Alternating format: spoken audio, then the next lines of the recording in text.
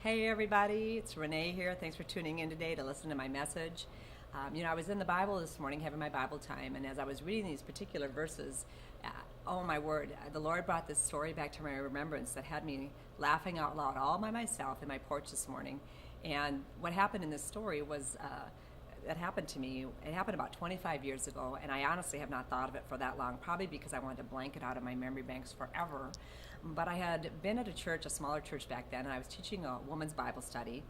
And I was only in my late 20s, and I hadn't taught for very long, so you know how it is sometimes. You want to impress people with maybe how much you know or make it sound a little better than what you really are. So we'd had this woman come in to do some guest speaking meetings, women's meetings at our church, and when I was talking to her, she said, "Oh, so you teach the women here?" I said, "Oh, yes." And, "Well, how long have you taught them?" "Well, like 2 years," and that didn't sound that impressive. And I thought, "Oh, nuts." Well, then she said to me, "Well, do you play any musical instruments?" I said, "Oh, yes, I play the guitar." Well, that's kind of a joke because I really only knew how to play 4 chords. This is pretty much what I knew how to play. Do you want to hear it? Well, I guess you're a captive audience, so here goes.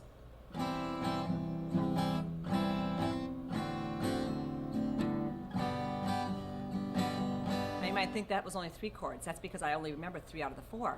But I remember the other trick I could do. This was really cool. Watch this one. Whoa. And I could do this one.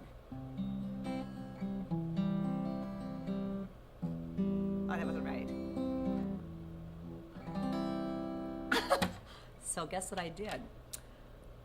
She was going to do her speaking, and she said at the end, suddenly out of the blue, she says, "Well, I'd like to have some music up front here while I pray over people. So Renee, you told me earlier that you play. Why don't you come up here and play for us?"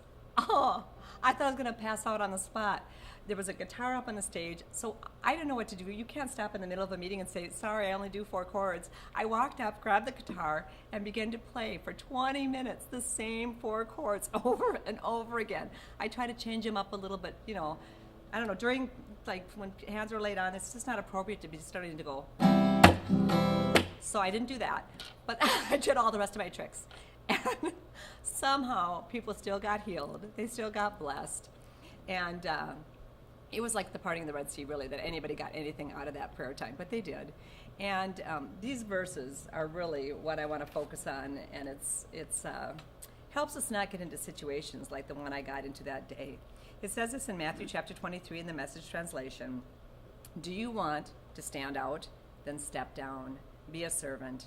If you puff yourself up, like I did with my guitar, you'll get the wind knocked out of you," which is what happened to me. It says, "But if you're content to simply be yourself, your life will count for plenty."